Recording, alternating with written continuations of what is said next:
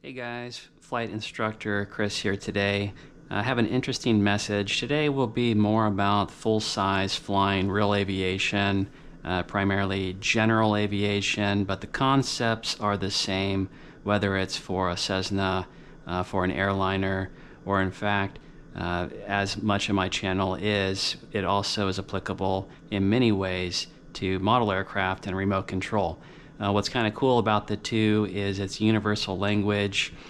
Physics are the same, the principles are the same, and actually a lot of the terminology is the same. And so you might be asking, do pilots fly RC as well? And I'd say yes. Most remote control pilots are either interested in real aviation, or oftentimes they are airline pilots, or they are charter pilots that also fly model airplanes on the side, because typically, not always, but typically in aviation, you love it all. Now, you might not have the means to participate in all aspects. It might not be your profession, but typically, if you like remote control airplanes, you also typically like the big airplanes and vice versa. Today, I wanted to cover something though that might be fun, maybe it's new for you, and if you are pursuing aviation, it will save you money. So I wanted to cover a few things today, that piloting is more than flying. I'll be talking about what you could expect for rates. How much does it cost to pay a flight instructor today in 2026? What are some of the aircraft costs? I'll be talking about how the cockpit is a bad environment for teaching. I know that sounds counterintuitive, but it's the truth, and I'll give examples. I'll be talking about doing self-study. It's actually a recommendation, not necessarily something you have to do, not initially anyway, but it will save you a lot of money. And then later, if you become a professional, it will be expected that you're able to self-study. And we'll be talking about in generalizations how much money you can actually save, not only with what I'm talking about, but actually with what I got in the mail this week that is the reason for this whole segment to begin with. So I am a FAA flight instructor. I have my instrument, commercial. I have my multi-engine sea and land certificate. And I'm non-practicing at the moment. I primarily do all of this for fun, but I thought that they overlap nicely, and it might give you some input, some guidance, and might save you some money and time. So that's what we'll be covering today. The first thing, again, piloting is more than flying. Initially, you probably are interested in flying because you watch airplanes and it looks fun, and so you might go and do a discovery flight, or you might go and get your first instructional flight. Typically in a Cessna 172 is very common, or maybe a smaller two-seat version, a 152, or oftentimes a Piper, a low-wing aircraft. And initially, there's certain things that new pilots or students are very uncomfortable with. Communications is top-notch, but you're not going to have that problem because you're not going to be on the radios right away. What's going to happen first is you're going to learn how to control the aircraft. Muscle memory more than anything. What inputs on the yoke do what to the aircraft, and how do you get the aircraft to do what you're wanting it to do? But what I want to really instill in you is that it's more than flying.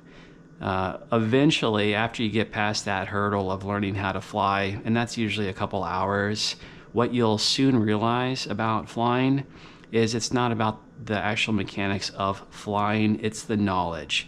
That's the piece that people really have no idea how much goes into being a pilot. And what I am showing here are just some of my books that I have read while I've been getting certificates. This is not all of them. This is just my paper print. I like both electronic and paper. There are some materials that I like to actually scribble in the books, but this just represents a small piece of what a pilot is expected to know. For example, you might have to know a specific navigation unit, how to use it. In that case, it's a G1000, but you would have to have it applicable to whatever is in your aircraft. Aviation Instructor's Handbook, Flying Handbook, this is a very common one, talking about maneuvers and basic instruments. Instrument Procedures Handbook if you're going to get instrument rated to fly in marginal weather, basically fly in the clouds. Multi-engine aircraft that have more than one engine. Maybe you're interested in seaplanes. That's a completely new certification you have to get to land on water. Or perhaps the one I just got was a commercial glider certificate. That also is a certificate. So when you want to be a pilot, it's not just one certificate and you're a pilot. That's not how it works. They have multiple different ones dependent on what you're flying. If it's a glider, if it's a jet, for example, then you're going to have a type rating. So what I'm trying to instill in you is it's more than flying. The flying part is easy. It's the knowledge. It's the continuous learning and relearning. You know, I have read all of these many books more than once, and oftentimes I have to then reference, if I'm trying to answer a question, I have to go back to the book and find it. It's almost impossible for anybody to memorize all of this. The general concepts you should know, just like emergency procedures, but overall you need to know where to look, and that will get you through what you need to know to be safe. All right, so now we're going to pivot to cost, and it varies as everything has gone up. In 2026, this is rough estimates. Don't be surprised if you go to a school and they're charging you $75 an hour for the instructor. Now, they're not necessarily getting paid that. They might be getting $35, $40, and then the school gets the difference in terms of paying for incredibly expensive insurance and other items. But that might not really be applicable to you until you're a flight instructor in the future. What is important is your cost today. Do not be surprised if you're learning to fly general aviation if you're paying $75 an hour for an instructor. And that's on top of actually paying for the aircraft rental and potentially any fuel surcharge. The aircraft rental varies greatly. I've seen as low as maybe $150 an hour if you're talking about Cessna 150, 152. Those have limitations with weight. If you're talking about a Skyhawk, dependent on what kind of electronics and what kind of setup, it could be anywhere from 200 to 240. If you're starting to do multi-engine training, you could be anywhere from 350 to 550 per hour. And obviously you need a lot of hours to get certificates. And in terms of hours or experience, there's the requirement, which is just what the FAA requires, but very few actually achieve a certificate within that time frame. Many more people, more often than not, require substantially more flight time to get their certificate. And I'll explain why that is and why I'm making this video and how you can reduce your cost. Third point, cockpit is a bad environment for teaching. And that doesn't make sense. You're learning to fly. I'm going to go sit in the airplane and learn how to fly, right? Wrong. There is so much going on. And frankly, as a student, you are a distraction for the flight instructor.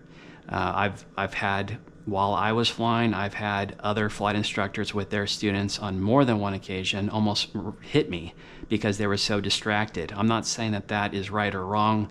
I'm just saying that's been my experience, that you have a lot going on as a pilot, and then when you throw in the element of teaching somebody in that environment, it's sometimes a bad environment for the student. And we'll talk about how you can overcome that and how you can help your flight instructor to avoid dangerous situations. Examples of why the cockpit is a bad environment: it's loud. You might not know this if you haven't been in a Cessna, for example, but it's kind of like, without a headset, it's kind of like putting your head next to a lawnmower. And you do have noise canceling headsets, Bose and others offer those, and I highly encourage you to pay the extra money. They might be triple the cost of the non-noise canceling headphones, but it's two reasons why you would want to do the investment in that. One, it protects your hearing, right? And you don't want to be yelling "what" when you're 50 like a lot of pilots do. And then second, it's for your safety. It better provides situational awareness of what's happening around you, because you can you can clearly hear people communicating, other pilots, air traffic control. And for those reasons, if you're paying attention and you can properly hear, you can be a safer pilot. Those are the reasons, though. It's noisy. There's a lot going on, and people have just trouble focusing on more than one thing at a time. Everybody wants to multitask. There's a saying that you're just going to do multiple things poorly. In this case, somebody is always going to take precedence or priority of your flight instructor's attention, and it should always be safety. And sometimes, to answer a question that you might have, you might ask questions at really bad times, and you haven't learned yet not to ask questions during sterile cockpit, during departures, during landing. You really need to be listening to air traffic control and other aircraft in the pattern to maintain safety. And so because you're not always the priority as a student, it's a bad time for you to learn if you can't ask questions. What it is good for is for you to watch. And if you have a proficient, safe flight instructor, they should be your mentor and just repeat them. Do what they do. That's really what flying is about. Everything else here, all this book work, this is something you should be doing at home, right? You should be studying nonstop all the mechanics of weight and balance, about weather, about technology, about the codes and regulations and airspace and health. All these items, you can go ahead and pay the instructor to do ground with you, and they certainly will, to ensure that you know it. But you don't have to wait for your instructor to teach you these items. You need to be doing these on your own. And not only is this something that we'll be talking about here, number 4, self-study. This serves you well for future you. If you just want to be a recreational pilot and fly a Cessna for fun, you might have a little bit more leeway where you can be dependent on your flight instructor to spoon feed you, more or less. You'll pay for it, but that you could do that if you wanted to. But if you want to go ahead and go regionals or go airline, you better have, if you're going to go the professional route, you better be able to self-study and have the motivation, because they will not hold your hand. You will transition from general aviation to a jet, and they're going to expect that you know everything here and much, much more. They'll add the element of passenger requirements and company requirements and all those things on top of, they expect that you will have self-studied and you have mastered this. And if you have questions, you'll know where to find it. They are not there to teach you. So that's something to really call out, that there's 2 ways to look at this, whether you're going to do the professional route or whether you're going to do this just for fun, which a lot of people do. But if either way, this all pertains to safety. And so that's why it's so important that you have the proper materials to keep studying. Number 5, how much can you save? So I talked about the pricing. I talked about how in the cockpit it's a bad environment for learning. These books on average, they vary, but you might be paying $50 to $100 per book. Highly recommend doing this. The knowledge in these books will save you from paying $75 plus to an instructor. What I'd recommend is that you buy these books or get the electronic material, you self-study, and then the concepts that are challenging, and you will find challenging concepts, they're different for all students, but you will find segments that are difficult for you. That is when you pay your instructor $75 plus an hour to actually demonstrate and help you reinforce those concepts so that you understand them. That's what ground school should truly be. It should not be you showing up and having your flight instructor spoon feed you. And another reason, if you do choose that option, you're not going to retain it. Someone can go up and teach everything. There's another saying that, I can teach you, but I can't help you understand it.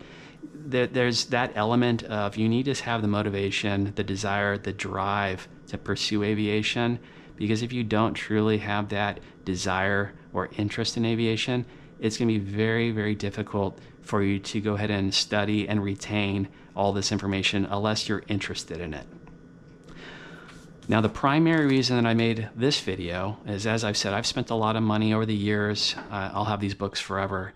But what was really cool, and I'm not sponsored, I'm not getting paid for this, but I have used, there are multiple different study materials, sometimes by the FAA, sometimes by commercial preparers such as Climb. Gleim, Gleim, they provide materials. But there's also a company called King Schools for some of the older people like myself. I watched these videos when they were on VHS. They're obviously more modern now. It's all digital. But what these companies offer is digital dynamic learning. And so there's tutorials and things like that where you can rewind and watch things until you truly understand the concepts that you're trying to learn. So it depends on, and this is really important with flying, you need to learn how do you learn best? Do you learn best by having your instructor teach you? Do you learn by reading a book yourself? That's usually what I do. And then sometimes it's really good to have these electronic dynamic videos that you can watch where it's explained to you, and maybe it's a combination, having a flight instructor on the video explain it to you, and then maybe you answer the questions until you understand it. But what was really cool and why I'm wanting to share this, it's free.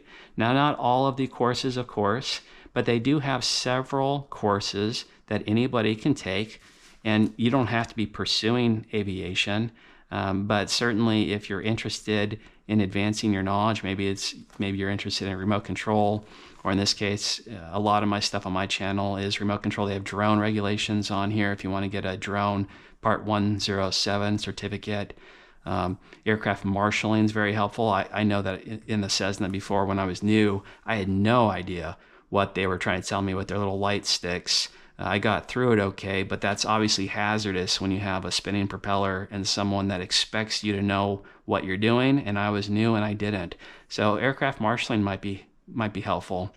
There's some other things in here that are fun, and how to avoid unwanted adventure. I'm sure they'll tell you examples to learn from. That's something else that's great about aviation. You don't want to make all the mistakes yourself to learn from it, because sometimes you might not be able to. So learn from other people's examples. That's really big in aviation. Learn about what not to do. But there's common ones in here. Crosswind landings are very challenging for new pilots, and sometimes even for seasoned pilots that just aren't current. Maybe they know how to do it, or they have done it, but they haven't done it lately. This might be a good refresher on, oh yeah, these are the different methods to handle a crosswind landing, and maybe it's in an entertaining format that will stick with you, and then you can draw from that in the future when you actually have that experience where you need to know how to do this stuff. So I just wanted to share with you that this doesn't cost any money. Go to King Schools and go to their free section, and I'm sure there are more than just these, but if any of these interest you, go ahead and take their course. It's free, and maybe it'll benefit you. But when we're talking about not only this, when we're talking about saving money holistically, if you want to go and be taught in a Cessna and be spoon-fed, as they say, I wouldn't be surprised, just ballparking from what I've seen, you could pay 20-25% more if you wait for your instructor to teach you everything. And then what's even worse is because you're with them for such a limited time, that you're not going to learn everything that's in these books. You're only going to learn a very small piece of what's contained in these books. So you're going to really have big holes in your learning. But 20-25% might not sound like a lot, but if you're talking about maybe, and these prices vary greatly, but if you're talking about a private pilot certificate, maybe you can get it down to 10,000 versus in some cases 13, 14, 15 grand. So it would be substantially more savings than I previously stated. You can save thousands and thousands of dollars financially by self-studying. Get the materials, get the books, get the electronics, whether it's Gleim or King Schools or Sporties. Get the material, study yourself, then ask your instructor the stuff that you truly don't understand. That's what I would recommend. It'll keep you safe, and I think it'll just frankly be a better experience for you. So if you have any questions pertaining to this, if you have any other just general questions about if you're looking to get into flying, I do have some tips and tricks, and that's what so far this channel's for. So reach out, go ahead and please subscribe if you found any of this helpful, and give me feedback as needed. Thank you so much. I'll see you in the next one.